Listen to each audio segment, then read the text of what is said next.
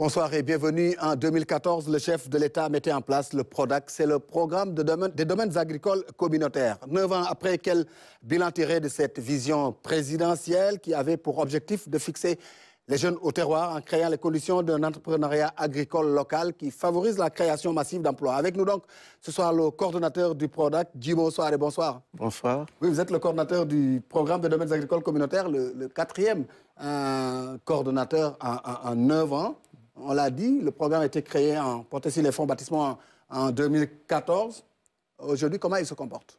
Je vous remercie de cette invitation. Le programme des domaines agricoles communautaires va bien et il fait son chemin. Nous avons une mission de création d'emplois, comme vous l'avez dit, et de participer aussi à la souveraineté alimentaire. Et depuis 9 ans, le PRODAC, malgré quelques difficultés, est en train de travailler dans le sens d'améliorer, comme vous l'avez dit, l'employabilité des jeunes, surtout des jeunes issus du milieu rural, et de participer aussi fortement à la souveraineté alimentaire. C'est un projet qui avait suscité beaucoup d'engouement au départ à sa naissance, hein, 2 ou 3 années après sa création. Aujourd'hui, quand même, on a senti une sorte de baisse de rythme, il faut le dire. Bon, vous savez, un projet, c'est une dynamique. Donc, nous avons traversé parfois des moments difficiles. Donc, mais là, nous sommes dans une bonne dynamique. Donc, c'est un programme, comme vous pouvez le constater, qui est très, très intéressant et qui a fait des résultats aussi, ne serait-ce que le fait d'implanter à l'intérieur du pays, dans les zones les plus reculées du pays, des infrastructures structurantes qui ont participé à améliorer la production dans ces zones-là et à permettre aux populations de produire en continu. Et ce sont des choses qui sont visibles aujourd'hui à CFA dans la région de Sédhiou, comme à Keur Momar Sarr dans la région de CFA, quand même, c'est assez symbolique. Hein. Je crois que c'est le tout premier domaine. Aujourd'hui, en termes de bilan, qu'est-ce que vous avez trouvé sur place? Comme je dis, c'est un programme qui est très, très intéressant. C'est un programme qui a de la matière et nous sommes dans une bonne dynamique. En termes de bilan, comme je l'ai dit tout à l'heure, aujourd'hui, à CFA, dans la région de Sédhiou, à Keur Momar Sarr dans la région de Louga et dans d'autres régions aujourd'hui, nous avons des infrastructures structurantes qui permettent, qui accompagnent les producteurs de ces zones. Nous avons aussi à CFA, à Keur Momar Sarr et à Kédougou, des centres de formation et de services agricoles qui forment les jeunes au métier de l'agriculture, à l'entrepreneuriat agricole, parce que notre cœur de métier, c'est l'incubation, c'est d'améliorer l'employabilité des jeunes, c'est de permettre aux jeunes de créer des entreprises agricoles, de se fixer au niveau de leur terroir et de travailler à accroître la production agricole. Fixé au terroir, aujourd'hui, vous avez, si on prend l'exemple du DAC de CFA, vous avez fixé combien de jeunes, vous avez créé combien d'emplois à CFA? Vous savez, depuis l'inauguration du DAC de CFA, il y a plus de 15 000 jeunes qui sont passés en incubation. Certains sont actuellement au niveau du DAC, se sont regroupés en GA, en groupement d'entrepreneurs agricoles, pour faire de la production. D'autres sont retournés dans leur région d'origine pour créer leur entreprise agricole. Donc, c'est un programme qui est dynamique. Donc, à terme, nous devons réaliser au moins 10 DAC. Au départ, c'est ce qui était prévu. Ouais. Il y a 3 qui sont aujourd'hui fonctionnels. En 9 ans, 3 DAC quand même. Le rythme n'est pas assez soutenu. Le dernier DAC qui a été inauguré, c'est celui de Keur Momar Sarr. Nous avons 3 DAC fonctionnels.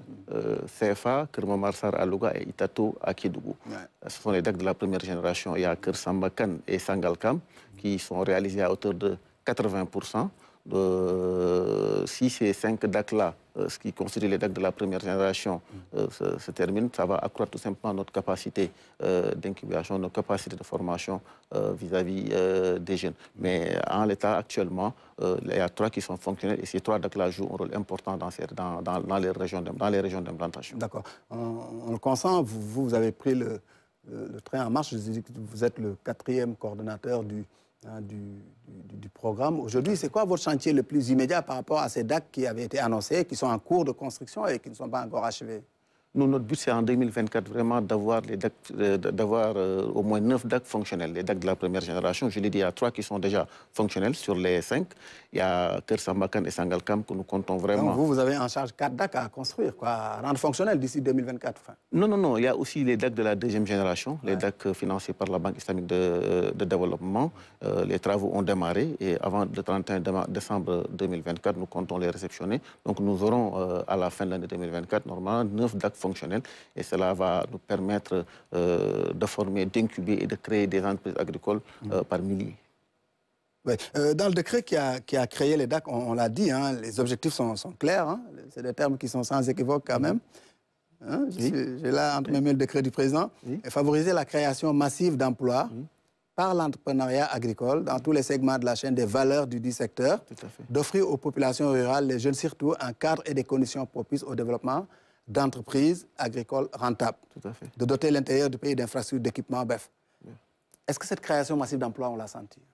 Il y a, vous l'avez dit hein, dans le décret, la création d'infrastructures structurantes déjà au niveau des zones d'implantation. Ça, c'est une réalité. On accompagne les producteurs des zones d'implantation. Aujourd'hui, cette année, nous avons lancé une initiative très, très importante qui est le PAPADAC, le programme d'appui aux producteurs dans les zones d'implantation des DAC. Et nous avons ciblé plus de 3000 bénéficiaires au niveau de ces 3000 bénéficiaires. Et pour une superficie de 6000 hectares, ça nous a permis d'entretenir en tout cas 25 000 emplois saisonniers. Ça, déjà, c'est un résultat. C'est à Itato, à Sédhiou et à Keur-Momar-Sarr. À Sédhiou, à Keur-Momar-Sarr et dans les autres DAC aussi. Même les DAC qui sont en l'état de projet, nous avons lancé quand même avec l'hivernage une campagne hivernale. Et il y a de la production là-bas et les producteurs sont très, très satisfaits du product. C'est en partenariat, bien sûr, avec le ministère de l'Agriculture. Est-ce que vous avez des infrastructures de transformation? Puisque ça figure dans votre lettre de mission, créer les conditions de transformation de ces produits. Aujourd'hui, au niveau de CFA et de Keur-Momar-Sarr, nous avons des infrastructures de transformation, nous avons des tracteurs, nous avons en tout cas tout ce qu'il faut pour accompagner les producteurs. Et nous incubons aussi, nous avons aujourd'hui des cohortes de jeunes qui sont incubés au niveau de Keur-Momar-Sarr, CFA et Itato. Et ces jeunes-là sont appelés à être des entrepreneurs agricoles. Et ils le sont? Vous avez tracé ces jeunes-là sur le marché de l'emploi aujourd'hui? Tout à fait. Ces jeunes, comme je l'ai dit tout à l'heure, il y a beaucoup de jeunes qui sont passés par les DAC qui aujourd'hui ont créé leur entreprise agricole. Et actuellement, les jeunes qui sont en incubation auront le choix de se regrouper sous forme de GA, de groupement d'entrepreneurs agricoles, parce que nous avons aussi, un DAC, c'est de vastes étendues de terre. Ces jeunes, chaque année, nous aménageons, nous réalisons des fermes pour permettre aux GA de s'y déployer encore, de s'y déployer. Ces jeunes peuvent aussi être accompagnés par les instruments financiers pour retourner dans leur région d'origine. Et nous nous sommes aussi rapprochés du privé. Et la semaine prochaine, Inch'Allah, nous allons signer une convention avec une entreprise espagnole au niveau des CFA qui doit créer 250 emplois. Et nous allons faire la même chose ici à Keur-Momar-Sarr. C'est dire que nous sommes dans une bonne dynamique. Vous êtes dans une bonne dynamique, c'est des Espagnols, c'est un privé extérieur. Mais est-ce qu'au niveau national, vous avez le privé sénégalais Est-ce que le privé sénégalais a rejoint ce projet? C'est le privé espagnol. Au niveau de Keur-Momar-Sarr, nous allons signer très bientôt une convention avec un privé sénégalais. Nous sommes en phase de négociation. Donc nous avons des privés sénégalais qui aujourd'hui s'intéressent au DAC. Nous allons expérimenter la culture du blé aussi au niveau du DAC de Keur-Momar-Sarr. C'est que nous sommes dans cette dynamique de nous ouvrir au privé sénégalais comme c'est de l'extérieur. L'essentiel, c'est de créer des emplois. C'est ça notre mission. Notre première mission, c'est la création d'emplois. Et nous sommes dans ça. Vous êtes dans ça, mais ce n'est pas très connu. Est-ce que vous ne pêchez pas par le programme de sa création ne pêche pas par un défaut de communication qui fait que beaucoup de gens aujourd'hui estiment que le projet n'est plus ce qu'il était. En tout cas, on en parle moins. Est-ce qu'il y a cet engouement-là de départ? Est-ce que les jeunes... ça c'est de la vocation chez les jeunes aujourd'hui? Un programme, c'est une dynamique. Je l'ai dit tantôt, le programme a traversé des difficultés. Mais c'est vrai qu'au départ, il y a eu un fort engouement. Ben, ça aussi, c'est dû aussi à un contexte, simplement. Donc, ce qui fait que aujourd'hui, ce qui est essentiel, c'est que nous sommes vraiment dans une très bonne dynamique. Les gens commencent à revenir au product. Aujourd'hui, le product, nous communiquons, nous sensibilisons beaucoup les jeunes à travers tout simplement nos instruments de communication, les réseaux sociaux et autres. Et aujourd'hui, on sent que cela revient, bien sûr. Les retards étaient tout simplement dus à des difficultés que l'on a rencontrées. Il y a eu le Covid, bon, et puis, comme je l'ai dit, dans la mise en œuvre d'un projet, il y a parfois des moments difficiles, il y a des obstacles, il y a eu des problèmes avec les fournisseurs. Mais aujourd'hui, ce qui est important, c'est que nous sommes dans une bonne dynamique. Nous aménageons, nous réalisons des fermes au niveau de nos DAC. Nous allons terminer avant 2024 les DAC de la deuxième génération. Nous aurons 9 DAC fonctionnels. Nous avons 3 autres DAC qui n'ont pas encore obtenu de financement, qui sont en cours de recherche de financement. Donc, c'est dire que vraiment, nous sommes vraiment dans une très bonne dynamique. Et vous allez voir dans les prochains mois que le PRODAC, en tout cas... Vous êtes en train de redynamiser, quoi, en un mot. Dans la continuité de ce qui a été fait. Ce qui a été fait. Oui, mais il va falloir laisser votre propre empreinte. Oui, dans la continuité. Il faut revendiquer cette restructuration, puisque le projet en a besoin aussi. Tout à fait. C'est pour ça que nous sommes vraiment en train de redynamiser le projet, de lui donner une autre dimension. Et vous allez voir, à terme, après avoir réceptionné à la fin de l'année 2024 9 DAC, nous allons multiplier nos capacités d'incubation. Je donne juste un exemple. À Keur-Momar-Sarr, parce que tout à l'heure on a parlé de CFA, nous avons lancé un projet avec l'association des lutteurs. Nous avons formé cette année, à la fin de cette année, plus de 100 lutteurs qui ont décroché avec l'entreprise Sobel, financée par les 3 FPT, et qui sort la formation, bien sûr, et qui à terme seront financés par l'ADER. Et les 100 jeunes ont déjà été formés, 10 ont été financés ces derniers jours par l'ADER, et ces jeunes vont s'implanter au niveau du DAC de Keur-Momar-Sarr. En 2024, nous comptons multiplier par 10. Donc nous aurons au moins une centaine d'entreprises agricoles au niveau de Keur-Momar-Sarr avec cette association. Mais quelles sont vos capacités d'incubation aujourd'hui au niveau de ces DAC qui sont fonctionnels? Aujourd'hui, nous sommes capables, en tout cas au niveau des DAC qui sont fonctionnels, d'accueillir 600 entreprises agricoles et 9000 incubés au niveau des DAC actuellement. Est-ce que c'est le cas? C'est le cas actuellement. C'est le cas. Maintenant, nous nous ouvrons au privé. Nous sommes confrontés à des problèmes de moyens, il faut le dire. C'est l'occasion aussi de dire que le programme est dans une... plus les moyens qu'il avait au départ. Le programme est dans une nouvelle dynamique. Nous demandons vraiment aussi au pouvoir public de nous accompagner davantage. Et le privé aussi jouera sa partition, je l'ai dit. Les gens reviennent, les privés reviennent, les jeunes reviennent au niveau des products. Et je suis sûr qu'aussi, il faut, comme notre cœur de métier, c'est l'incubation. Nous travaillons aussi avec les autres instruments de l'État, le volet financement de la formation avec les 3 FPT, les instruments financiers comme l'ADER, le fonds GIP, donc nous comptons sur toutes ces structures-là pour booster le programme. Oui, votre cœur de métier, c'est la formation, mais c'est aussi créer les conditions d'entreprises sur place. Autrement dit, les jeunes ne resteraient pas sur le terroir. C'est ça, c'est améliorer leur employabilité. Oui, mais l'objectif, c'est qu'ils restent dans les localités où ils sont pour pouvoir travailler. C'est l'objectif même du projet. On améliore leur employabilité. On a fait des entrepreneurs agricoles. On les regroupe sous forme de GA, de groupement d'entrepreneurs agricoles, qui vont se déployer au sein du domaine agricole communautaire et qui seront accompagnés. Pour Sédhiou, oui. On l'a dit, hein, c'est le DAC de référence. Tout à fait. Qu'est-ce que ça a apporté? Quel est l'impact de ce DAC sur les jeunes de Sédhiou, en tout cas de la zone sud, un peu sud-est du pays? C'est combien de jeunes de ces localités qui ont été retenus, qui travaillent aujourd'hui et qui sont fonctionnels? Je l'ai dit tantôt, depuis la création du programme, il y a plus de 15 000 jeunes qui ont été incubés au niveau des DAC. Les premières cibles, c'est les zones d'implantation. Je reviens.